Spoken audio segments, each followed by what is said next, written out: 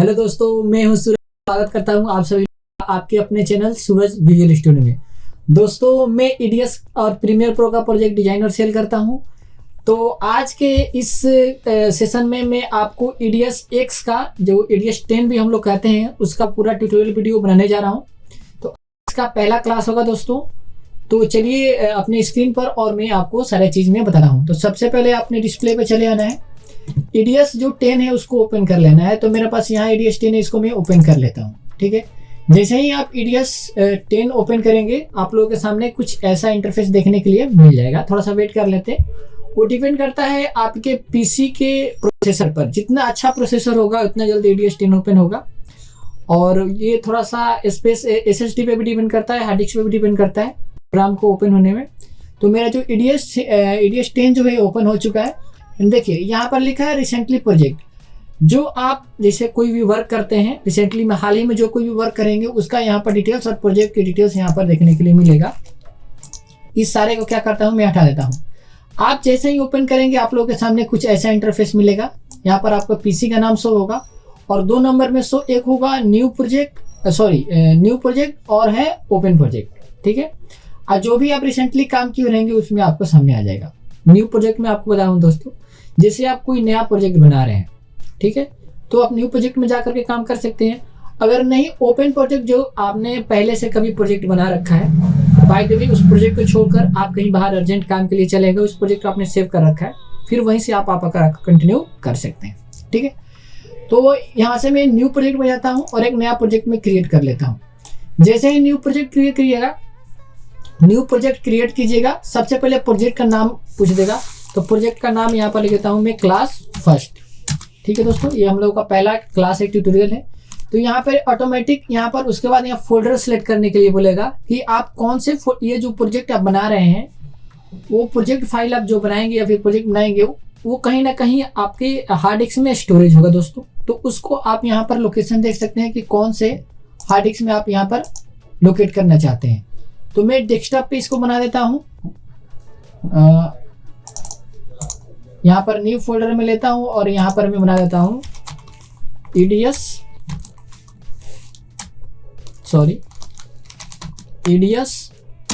Tutorial के नाम से मैं बना देता हूँ।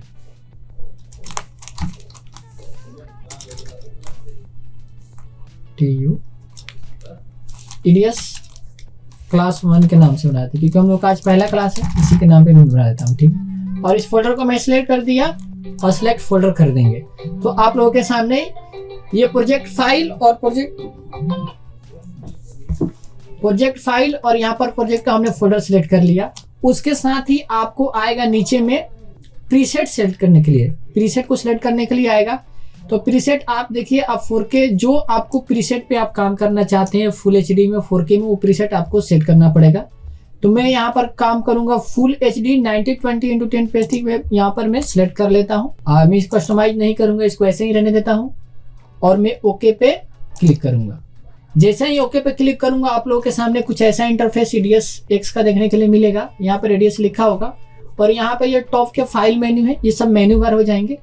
और इस वाले विंडो को हम लोग बोलते हैं प्रीव्यू विंडो, जो कि ईडीएस में यही मेन विंडो रहता है। ठीक है, उसके बाद इस वाले को हम लोग बिन बोलते हैं, सोर्स विंडो भी बोलते हैं और बिन बोलते हैं। और ये जो इतना बड़ा आप देख रहे हैं इसको हम लोग टाइमलाइन बोलते हैं। ठीक है, टाइमलाइन के ऊपर भी कुछ शॉर्टकट फीचर्स हम ईडीएस में दे रखा होता है। और यहाँ पर इंफॉर्मेशन विंडो इसको बोलते हैं। ठीक है, ये हो गया हम लोग का प्रीव्यू विंडो और ये हम लोग हो गया बिन या सोर्स विंडो भी कहते हैं इसको। और ये हो गया हम लोग का टाइमलाइन, यहाँ से यहाँ तक सारे आप, ये टाइमलाइन है और ये है आपका इंफॉर्मेशन विंडो। ठीक है, तो आपने यहाँ तक अब जान लिया। सबसे पहले जानेंगे कि हम लोग ईडीएस में अपना वीडियो जो एडिट करेंगे उसको लाएंगे कैसे, ईडीएस में लाना कैसे है। ठीक है दोस्तों, आप लोगों के सामने ऐसा दिखने के लिए मिल जाएगा।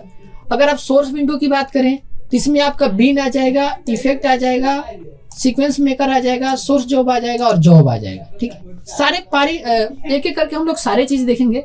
सबसे पहले हम बिन की बात करते हैं।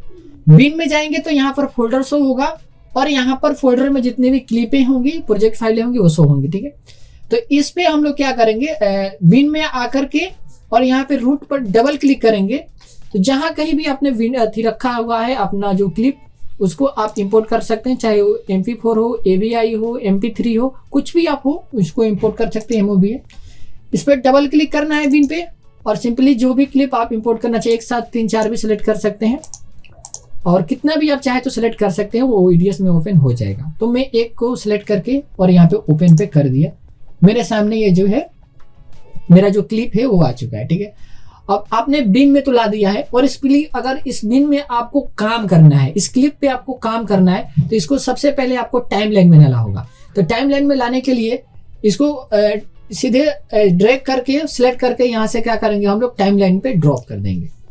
ठीक है, आप देख सकते हैं कि मेरा वीडियो जो है वो टाइमलाइन पे आ चुका है। तो हम लोगों ने यहाँ तक सीखा कि अगर EDS में कोई भी वीडियो लाना हो उसको कैसे लाएंगे। बिन में से डबल क्लिक करेंगे और डबल क्लिक करने के बाद सिंपली उसको क्या करेंगे, ड्रैग एंड ड्रॉप कर सकते हैं। ठीक है, ये तो हो गया वन साइड। और दूसरी तरह देखेंगे, जितना भी आपका मान करके चले 5 क्लिप हो, 10 क्लिप हो, यार बहुत सारे आपके पास क्लिप है, सारे को क्या करेंगे, ये एक बार बिन पे इस पे क्लिक कर देंगे और Ctrl A दबाएंगे, सारे के सारे सिलेक्ट हो जाएंगे और उसके बाद सिंपली ड्रैग यहाँ पर कर सकते हैं, जितना भी आपका है वो आ जाएगा। अभी यहाँ पर देखिए हम लोग का टाइमलाइन पे फ्रेम जो है वीडियो बहुत ही बड़ा है। ठीक है, बहुत ही बड़ा है और इसको राइट साइड में अगर जाना है हमको, वीडियो का ड्यूरेशन बहुत बड़ा है, अगर हम लोग इंड देखना है इसका, सिंपली क्या करेंगे, इसको लेकर के यहाँ खसकाते हैं। तो ये वीडियो का जो फ्रेम है दोस्तों, यहाँ पर 1 फ्रेम पे सेट किया गया है। तो आप यहाँ पर बार दिख रहे होंगे, ये एक फ्रेम पे बार सेट किया गया है। आप इसको फ्रेम को बढ़ा सकते हैं, 2 फ्रेम हो गया, 5 फ्रेम हो गया, 10 फ्रेम हो गया, ऐसे कर करके बढ़ा सकते हैं। जैसे ही आप ये फ्रेम बढ़ाएंगे और तो ये क्या हो जाएगा, ये बढ़ता चला जाएगा, तो आपका ग्राफ जो है वो बड़ा हो जाएगा और क्लिप जो है छोटी हो जाएंगी। ठीक है, उसके अकॉर्डिंग वो आपको देखना पड़ेगा। तो जैसे ही मैं 1 मिनट का यहाँ पर लगा दिया टाइमलाइन को, 1 मिनट का जो बार कोड है उस पर मैंने लगा दिया बार पे, तो 1-1 मिनट का ये आपको बार शो करने लगेगा।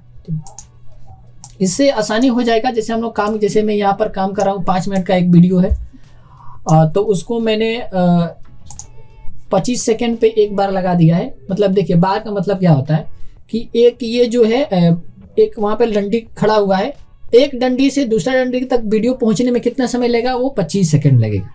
इसको बार भी बोलते हैं, बहुत सारे डंडी भी बोलते हैं, फ्रेम रेट भी इसको बोला जाता है। तो आप देख सकते हैं यहाँ तक ला गए। आपको काम कैसे करना है, सबसे पहले काम करने के लिए आपको सारे EDS का फीचर समझना होगा। तो मैं एक एक करके सारे फीचर्स आपको बता देता हूँ। सबसे पहले EDS में जाएंगे तो आप देखेंगे कि फाइल मेन्यू पे क्लिक करेंगे तो आपको बहुत सारा यहाँ पर जो है ऑप्शन देखने के लिए मिलेंगे। ठीक है, पहला ऑप्शन ही है न्यू मतलब न्यू से 2 चीज होते हैं, नहीं तो नया आप प्रोजेक्ट क्रिएट कर सकते हैं, नहीं तो आप इसमें नया सीक्वेंस इंपोर्ट कर सकते हैं। अब चलिए सीक्वेंस के मतलब क्या होता है आपको मैं बता देता हूँ। जैसे ही एक मैंने सीक्वेंस पे यहाँ पर काम कर रहा हूँ, ठीक है, मैं चाह रहा हूँ कि कुछ और काम करूँ और वहां से वीडियो क्लिप करूँ उठा करके इस वाले सीक्वेंस पे ला करके रख दूँ। ठीक है, तो आप सोचेंगे कि भाई जब ये मेरे पास टाइमलाइन है ही तो दूसरा बनाने की क्या जरूरत है।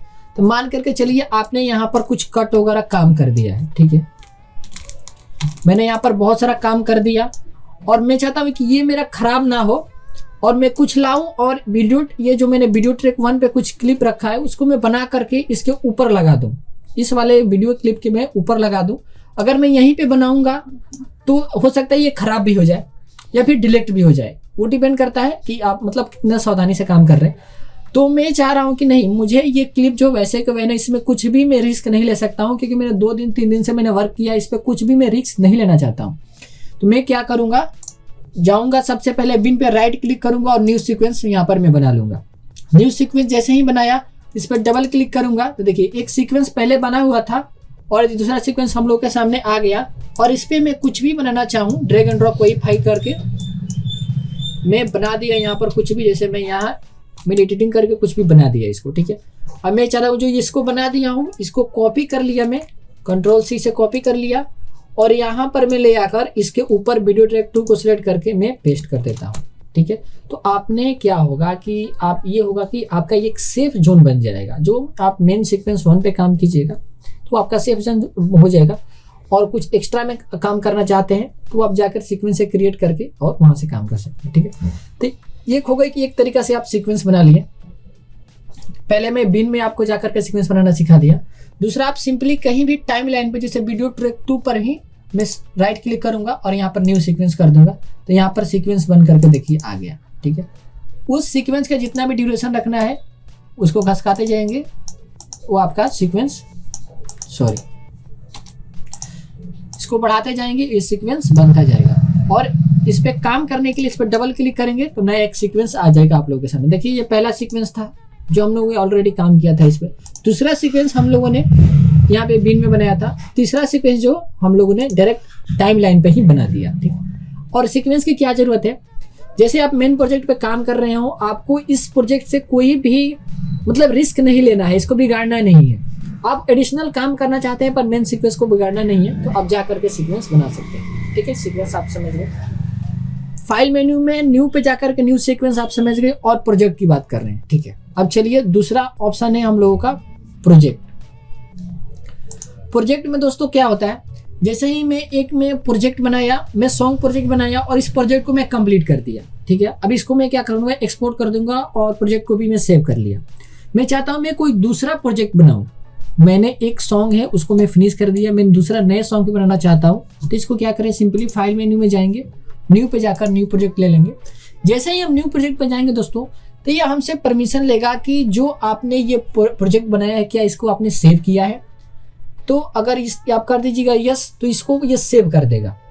आप सेव करना चाहते हैं तो इसको क्या कर देगा, सेव। क्लोज होने से पहले ये परमिशन लेता है कि आप जो प्रोजेक्ट बनाए हैं इसको मैं सेव कर दूं, तो आप बोलिएगा कि हाँ इसको आप सेव कर दीजिए तो सेव कर देगा, और नो बोलिएगा तो ये नो कर देगा, और कैंसिल कीजिएगा तो ये ऑप्शन ही कट जाएगा और प्रोजेक्ट वही रहेगा। मैं कैंसिल करता हूँ, प्रोजेक्ट वही है पर ऑप्शन उसका चला गया। ठीक है, फिर file menu open project new project पे जाता हूँ, तो फिर परमिशन लेगा कि क्या इस प्रोजेक्ट को आप सेव करना चाहते हैं। अगर यस कर दूंगा, जैसे ही मैं उसको यस टिपा तो वो क्या होगा, परमिशन मांग रहा था क्या इसको सेव करना चाहते हैं। मैंने नाम वगैरह पहले ही फिल कर रखा था तो वो सेव कर दिया। और कहाँ सेव किया है, जो मैंने यहाँ पर लोकेशन दिया है। चलिए मैं एक बार आपके जानकारी के लिए उस लोकेशन पर चलते हैं।